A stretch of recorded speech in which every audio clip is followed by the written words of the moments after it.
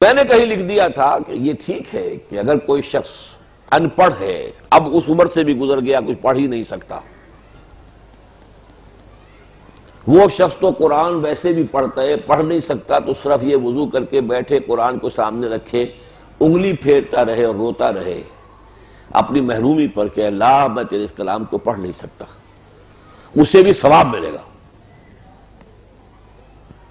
لیکن جس نے پی ایچ ڈی کیا ہو، جس نے ایم ایس سی کیا ہو، جس نے یہ پڑھا ہو، جس نے وہ پڑھا ہو، 25 30 سال تک مسلسل پڑھتے ہی رہے ہو، وہ قرآن کو بے سمجھے پڑھے تو انہیں کوئی ثواب نہیں ملے گا۔ اس کو انہوں نے کہا نہیں، یہ غلط ہے، وہ عمل نیکی کا ہے، اس کا ثواب ملے گا۔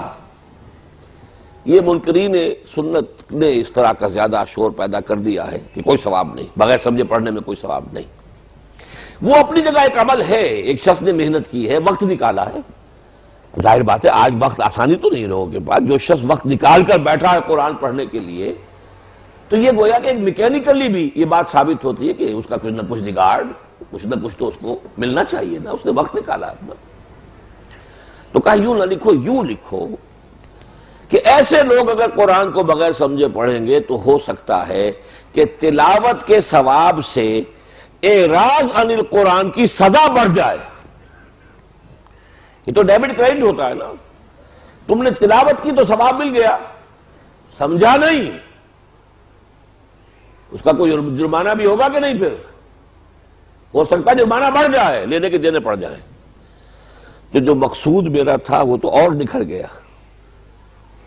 اب اسی شکل میں ہے یہ عبارت ہمارے اس کتابچے کے اندر، میں نے اس کی اصلاح کر دی کہ بات بھی پوری ہو گئی، اور وہ یہ کہ ایک غلط فکر کو تقویت بھی حاصل نہ ہوئی کہ بغیر سمجھے سے پڑھنے کا فائدہ کوئی نہیں۔ بھائی پڑھو، ٹھیک ہے، کیا پتہ آج پڑھنے کے لیے جو آمادگی ہے وہ کل اس کے اندر سمجھنے کا مادہ بھی پیدا ہو جائے، تو ڈیناؤنس نہ کرو، البتہ یہ کہو کہ بھائی پڑھو، سمجھو، یہ بھی سمجھنا ضروری ہے، عربی سیکھو، یہ ضروری ہے۔ کیا جواب دو گے اللہ کے ہاں؟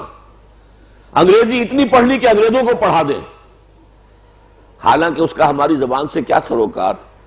ہم داہنی طرف سے علی بیتے چلاتے ہیں، وہ بائیں طرف سے ABCD چلاتے ہیں، کوئی تعلق ہی نہیں، کوئی ہماری ووکیبلری مشترک نہیں، کچھ نہیں، مزاج مختلف۔ جبکہ عربی زبان کا معاملہ یہ کہ وہی اس کے الفابیٹس ہیں، وہی اس کا مزاج ہے۔ ہماری اپنی زبان میں، ہماری بولی میں عربی کے کتنے الفاظ ہیں؟ الفاظ کس زبان کا لفظ ہے؟ عربی کا ہے۔ کہاں سے لائیں گے؟ حرف کس زبان کا لفظ ہے؟ عربی کا ہے۔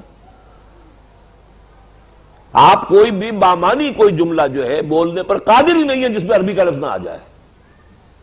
بس کھانا کھایا، روٹی کھا لی، یہ اس قسم کے جملے کی بات میں نہیں کر رہا ہوں، لیکن یہ کہ ویسے کوئی جملہ ہو، باقی تحریر کا ہو، تقریر کا ہو، تقریر عربی کا لفظ ہے، جملہ عربی کا لفظ ہے، کون سے لفظ کے بغیر آپ جائیں گے؟ لیکن اتنی سی محنت مزید نہ ہوئی کہ عربی زبان ایسی سیکھ لیتے ہیں کہ قرآن کا مفہوم براہ راست آپ کے ضمیر پر منتقل ہو جاتا۔ تیرے ضمیر پہ جب تک نہ ہو نزول کتاب، گرہ کشا ہے نہ رازی نہ صاحب کشاف۔ کیا جواب دیں گے اللہ کے ہاں؟